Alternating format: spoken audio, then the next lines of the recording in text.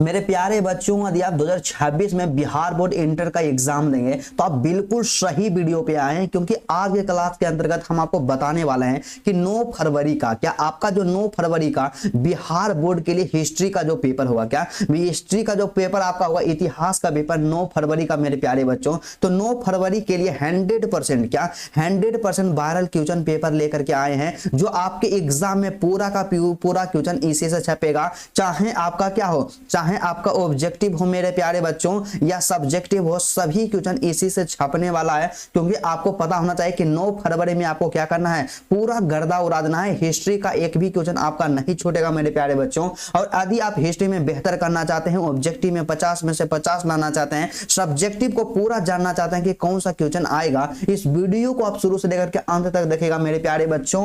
आपको एग्जाम में कभी भी दिक्कत नहीं होगा। तो चलिए सबसे पहले बात करते हैं मेरे प्यारे प्यारे रसगुल्लों, जब आप एग्जाम देने के लिए जाइएगा 9 फरवरी को, क्या 9 फरवरी को हिस्ट्री का पेपर देने के लिए जाइएगा, तो समय के बारे में बात कर लेते हैं। तो आपको 3 घंटे 15 मिनट का समय दिया जाएगा और 15 मिनट आपका एक्स्ट्रा समय रहता है। और इसी में क्या करना है मेरे प्यारे बच्चों, इसी में आपको ऑब्जेक्टिव बनाना है और इसी में आपको सब्जेक्टिव बनाना है। तो आप लोग प्रयास कीजिएगा कि जितना जल्दी हो सके ना जी आपको ऑब्जेक्टिव बना लेना है, क्योंकि क्या होता है ऑब्जेक्टिव आपको पहले ही एग्जाम में क्या करता है, ऑब्जेक्टिव आपको पहले ही ले लिया जाता है। तो ऑब्जेक्टिव सबसे पहले बना लेना है। तो चलिए सबसे पहले एक चीज और आप सबको यहाँ पे इन्फॉर्म कर देना चाहेंगे मेरे प्यारे प्यारे बच्चों, क्योंकि कई ऐसे मेरे प्यारे विद्यार्थी होते हैं जिनको जानकारी नहीं होता, वे गलती कर देते हैं। यहाँ पे परीक्षार्थियों के लिए जो निर्देश दिया जाता है, इस निर्देश को जरूर आपको पढ़ लेना है, तभी आप लोग एग्जाम में क्वेश्चन को सोल्व करने का प्रयास आप लोग कीजिएगा। और उससे कहीं ज्यादा जरूरी क्या होता है, क्या उससे कहीं ज्यादा जरूरी होता है मेरे प्यारे बच्चों, आप लोग क्या कीजिएगा, क्वेश्चन को आसानी पूर्वक बेहतर तरीका से आप लोग सोल्व कीजिएगा,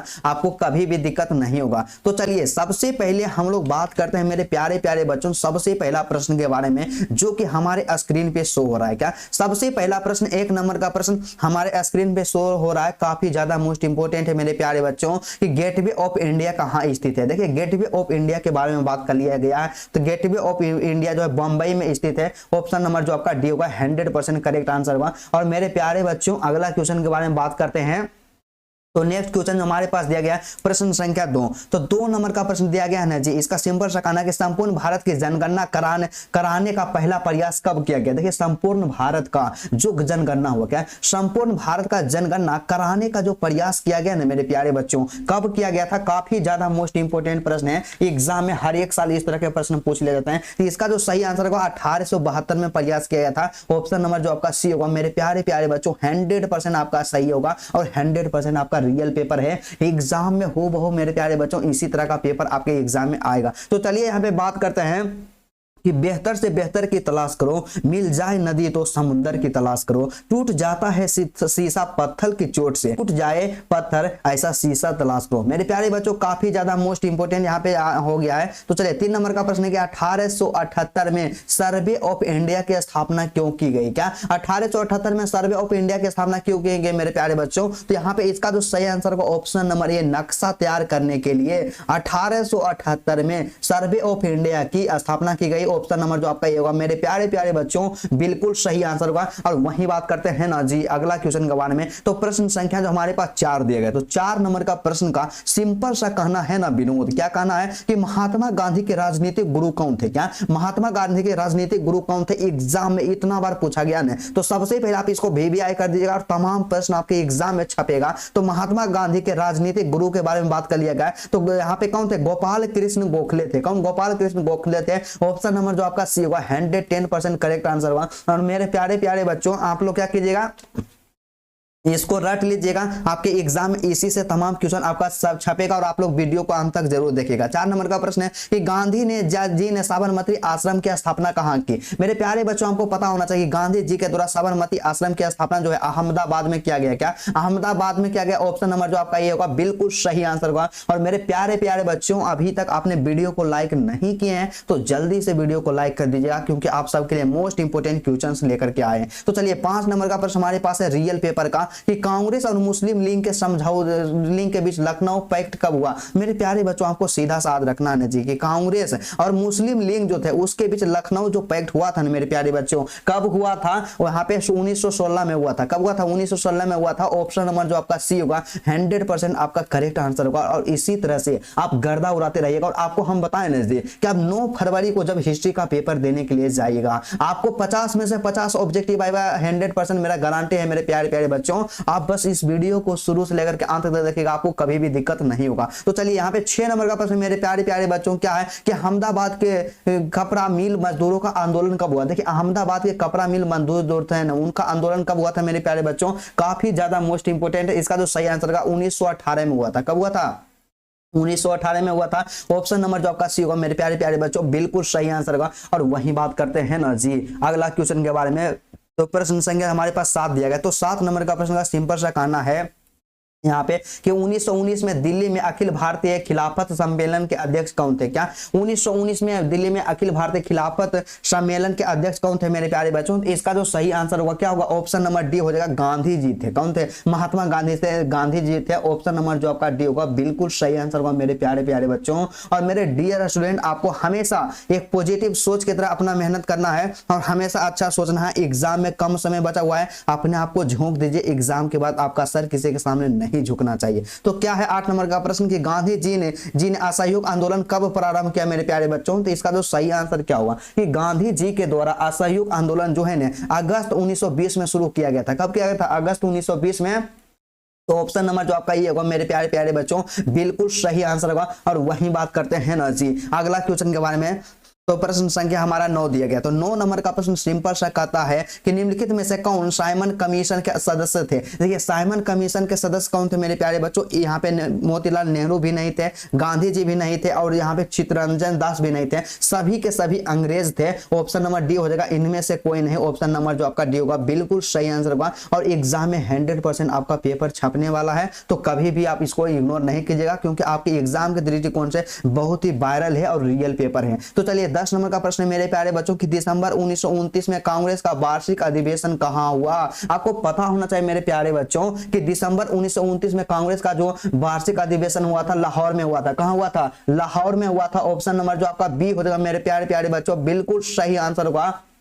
और वही बात करते हैं ना जी अगला क्वेश्चन के बारे में। तो प्रश्न संख्या जो हमारे पास 11 दिया गया। 11 नंबर का प्रश्न का सिंपल सा सीधा सा मीनिंग है मेरे प्यारे बच्चों कि गांधी इरविन जो समझौता है कब हुआ। क्या गांधी इरविन समझौता कब हुआ मेरे प्यारे बच्चों। तो इसका जो सही आंसर हो जाएगा क्या हो जाएगा? ऑप्शन नंबर सी हो जाएगा, मार्च 1931 में। कब हुआ था? मार्च 1931 में। Option number C is the correct answer. और मेरे प्यारे बच्चों क्योंकि कहा जाता है ना जी जब आंखों में अरमान लिया मंजिल को अपना मान लिया, है मुश्किल क्या आसान किया, जब ठान लिया तो ठान लिया। तो आप एक बार जब दृढ़ निश्चय कर लिए आपको एग्जाम में 400 प्लस नंबर लाना है, आपको कितना भी पढ़ना पड़े मेरे प्यारे बच्चों आप पढ़ने के लिए तैयार रहिए। और कमेंट करके आप बताइएगा कि आप हिस्ट्री के पेपर में आप 90 प्लस लाना चाहते हैं या 80 प्लस लाना चाहते हैं या 70 प्लस लाना चाहते हैं। आप कमेंट जरूर कीजिएगा। तो चलिए यहाँ पे क्या होता है मेरे प्यारे बच्चों 12 नंबर का प्रश्न कि अंग्रेजों के विरुद्ध विद्रोह करने वाली रानी यहाँ पे गैडिन लियू कहाँ की थी मेरे प्यारे बच्चों। तो यहाँ पे मणिपुर की थी। ऑप्शन नंबर जो आपका ये होगा बिल्कुल सही आंसर होगा। और एग्जाम के दृष्टिकोण से most important multi VVI question आपका होने वाला है। तो चलिए अगला क्वेश्चन के बारे में बात करते हैं मेरे प्यारे प्यारे बच्चों। यहाँ पे 13 नंबर का प्रश्न है। तो 13 नंबर का प्रश्न जो दिया गया ना छोटू, इसका सिंपल सा क्या कहना है जी, कहता है कि सांप्रदायिक पंचाट की घोषणा कब हुई। देखिए सांप्रदायिक पंचाट जो है ना मेरे प्यारे बच्चों, इसकी घोषणा कब की गई। तो इसकी जो घोषणा कर की गई मेरे प्यारे बच्चों यहाँ पे 16 अगस्त, क्या 16 अगस्त 1932 में। ऑप्शन नंबर जो आपका बी होगा ना जी, इसको आप सही कर लीजिएगा, यही इसका सही आंसर है। और इसी तरह से आप डेली मेरा क्लासेस को जरूर देखिए। आपको हम बताइए नहीं किए हैं कि मेरा जो क्लास अपलोड होता है प्रत्येक दिन सुबह में यहाँ पे 7 बजे अपलोड हो जाएगा और दूसरा क्लास जो अपलोड होगा शाम में 7 बज के यहाँ पे 6:30 में। आप लोग इस टाइम में क्लास को जरूर कीजिएगा क्योंकि 100% आपके एग्जाम के लिए मोस्ट इंपोर्टेंट पेपर लेकर के आते हैं। तो चलिए 14 नंबर का प्रश्न है कि 7 अगस्त 1942 को बंबई कांग्रेस अधिवेशन की अध्यक्षता करते हुए किसने भारत छोड़ो का प्रस्ताव दिया था मेरे प्यारे बच्चों। तो इसका जो सही आंसर होगा ऑप्शन नंबर बी, यहाँ पे जवाहरलाल नेहरू के द्वारा दिया गया था। Option number B is the correct answer. और हजारों बच्चे वीडियो को देखते हैं, प्यारा प्यारा कमेंट करते हैं, तो बिल्कुल हमको अच्छा लगता है मेरे प्यारे बच्चों। इसलिए हम आप सबके लिए इतना ज्यादा मेहनत करते हैं, क्योंकि मेरा सिंपल सा एक ही कथन है कि आप सबको कभी भी किसी भी प्रकार का कोई भी दिक्कत होने हम नहीं देंगे। तो चलिए 15 नंबर का प्रश्न है कि 21 अक्टूबर 1943 को सुभाष चंद्र बोस ने स्वतंत्र भारत की अस्थायी सरकार कहां स्थापित की? तो यहाँ पे ऑप्शन नंबर ए हो जाएगा सिंगापुर में स्थापित की। कहां स्थापित की? सिंगापुर में स्थापित की। ऑप्शन नंबर ए होगा जो आपका बिल्कुल सही आंसर का। और मेरे प्यारे बच्चों अगला क्वेश्चन के बारे में बात करते हैं ना जी, काफी ज्यादा मोस्ट इंपोर्टेंट है। 16 नंबर का प्रश्न, इसका सिंपल सा कहना है मेरे प्यारे प्यारे बच्चों कि निम्नलिखित में से कौन कैबिनेट मिशन का सदस्य नहीं था? देखिए कैबिनेट मिशन का सदस्य लॉरेंस भी थे, यहाँ पे क्रिप्सन भी थे और अलेक्जेंडर भी थे। तो ऑप्शन नंबर जो डी होगा, यहाँ पे वेवेल जो थे क्रिप्स मिशन के सदस्य नहीं थे। ऑप्शन नंबर जो आपका डी होगा मेरे प्यारे प्यारे बच्चों बिल्कुल सही आंसर होगा। और अच्छा एक बात आप कमेंट करके बताइएगा कि आप किस डिस्ट्रिक्ट से इस वीडियो को देख रहे हैं। आप अपना जिला का नाम जरूर आप कमेंट कीजिएगा मेरे प्यारे बच्चों, क्योंकि हम जानना चाहते हैं कि मेरा वीडियो कहां तक पहुंच रहा है। और आप लोग ज्यादा से ज्यादा वीडियो को शेयर कीजिएगा, क्या वीडियो को शेयर कीजिएगा मेरे प्यारे बच्चों। तो क्या है यहाँ पे क्लीमेंट एटली ने यह घोषणा कब की कि ब्रिटिश शासन 1948 तक भारत छोड़ देगा? काफी ज्यादा मोस्ट इंपोर्टेंट। इसका जो सही आंसर होगा क्या होगा? क्या प्रश्न संख्या 17 का जो सही आंसर होगा मेरे प्यारे बच्चों, यहाँ पे फरवरी 1947, क्या फरवरी 1947 और 20 फरवरी को, क्या 20 फरवरी 1947। ऑप्शन नंबर जो आपका बी होगा बिल्कुल सही आंसर होगा। और मेरे प्यारे बच्चों अगला प्रश्न के बारे में बात करते हैं। तो प्रश्न संख्या जो हमारे पास 18 दिया गया था, 18 नंबर का प्रश्न है कि भारत का विभाजन ब्रिटिश शासन की किस योजना का परिणाम है? तो देखिए भारत का जो विभाजन हुआ था मेरे प्यारे बच्चों काफी ज्यादा मोस्ट इंपोर्टेंट है। यहाँ पे किस योजना के तहत विभाजन हुआ? माउंटबेटन योजना। क्या माउंटबेटन योजना के तहत भारत का विभाजन हुआ था? बेटन योजना, क्या इस योजना माउंटबेटन योजना। तो इसमें से सभी ऑप्शन गलत है, कोई भी सही नहीं होगा जी। माउंटबेटन योजना आप लोग याद रखिएगा कि भारत का विभाजन ब्रिटिश शासन की किस यहाँ पे योजना का परिणाम है? तो माउंटबेटन योजना के परिणाम है, आप लोग इतना याद रखिएगा। तो चलिए यहाँ पे 19 नंबर का प्रश्न दिया गया मेरे प्यारे प्यारे बच्चों, काफी ज्यादा मोस्ट इंपोर्टेंट प्रश्न आपके एग्जाम के दृष्टिकोण से होने वाला है कि संविधान सभा की पहली बैठक की अध्यक्षता किसने की? देखिए संविधान सभा की पहली बैठक की अध्यक्षता जो किया गया था मेरे प्यारे बच्चों, किसके द्वारा किया गया था? यहाँ पे डॉक्टर सच्चिदानंद सिन्हा के द्वारा किया गया था। ऑप्शन नंबर जो आपका यहाँ से बी हो जाएगा बिल्कुल सही आंसर होगा। और यदि आपको वीडियो अच्छा लग रहा है मेरे प्यारे बच्चों, तो सबसे पहला वीडियो को लाइक कर दीजिएगा, क्योंकि लाइक जब आप करते हैं ना तो मेरा मनोबल बढ़ता है और हम आपको क्या बोलेंगे कदम कदम से मिला करके चलेंगे, आपको दिक्कत नहीं होने देंगे। तो चलिए यहाँ पे है कि संविधान का निर्माण कब पूरा हुआ? क्या संविधान का निर्माण कब पूरा हुआ मेरे प्यारे बच्चों? तो इसका जो सही आंसर क्या हो जाएगा? संविधान का जो निर्माण पूरा हुआ था यहाँ पे कब हो गया था? 1949 में ही हो गया था। कब? 1949 में हो गया था 26 नवंबर को। क्या 26 नवंबर 1949 में संविधान का निर्माण पूरा हो गया था। और वहीं बात करते हैं अगला क्वेश्चन के बारे में। तो प्रश्न संख्या हमारे पास 21। तो 21 नंबर का प्रश्न है मेरे प्यारे प्यारे बच्चों की हिंदी को राष्ट्रभाषा बनाने की वकालत संविधान सभा में किसने की? तो देखिए इसका जो सही आंसर होगा ऑप्शन नंबर सी हो जाएगा आरबी यहाँ पे धुलेकर। क्या आरबी धुलेकर के द्वारा किया गया था? ऑप्शन नंबर जो आपका सी होगा बिल्कुल सही आंसर होगा। और एग्जाम में 100% आपका लड़ने वाला पेपर है, VVI यहाँ पे हिस्ट्री का वायरल पेपर है मेरे प्यारे बच्चों। तो आप लोग कभी भी इस वीडियो को आप लोग स्किप नहीं कीजिएगा। तो चलिए यहाँ पे 22 नंबर का प्रश्न है कि अंतरिम सरकार में गृह मंत्री कौन थे? देखिए अंतरिम सरकार के बारे में बात कर लिया गया कि अंतरिम सरकार में गृह मंत्री कौन थे मेरे प्यारे बच्चों। तो ऑप्शन नंबर सी होगा सरदार वल्लभ भाई पटेल थे। कौन थे? सरदार वल्लभ भाई पटेल थे। ऑप्शन नंबर जो आपका सी होगा मेरे प्यारे प्यारे बच्चों बिल्कुल सही आंसर हो जाएगा जी। और वही बात करते हैं ना जी 23 नंबर का प्रश्न। तो इसका सिंपल सा कहना है कि न्यू इंडिया ऑफ यहाँ पे कॉमनवेल्थ अखबार किसने प्रकाशित की? न्यू इंडिया ऑफ कॉमनवेल्थ अखबार जो है ना मेरे प्यारे बच्चों किसके द्वारा प्रकाशित की गई है? तो यहाँ पे एनी बेसेंट के द्वारा। किसके द्वारा? एनी बेसेंट के द्वारा प्रकाशित की गई। ऑप्शन नंबर जो आपका बी होगा ना जी 110% एकदम करेक्ट आंसर होगा। इसमें गलती का तो कोई गुंजाइश ही नहीं है और आपके एग्जाम में 100% यहाँ से टकराने वाले क्वेश्चन है। तो चलिए यहाँ पे 24 नंबर का प्रश्न मेरे प्यारे प्यारे बच्चों यहाँ पे दिया गया क्या है कि श्रीमांत गांधी के रूप में कौन जाने जाते थे? आपको नहीं पता है मेरे प्यारे बच्चों कि सीमांत गांधी के रूप में कौन जाने जाते थे?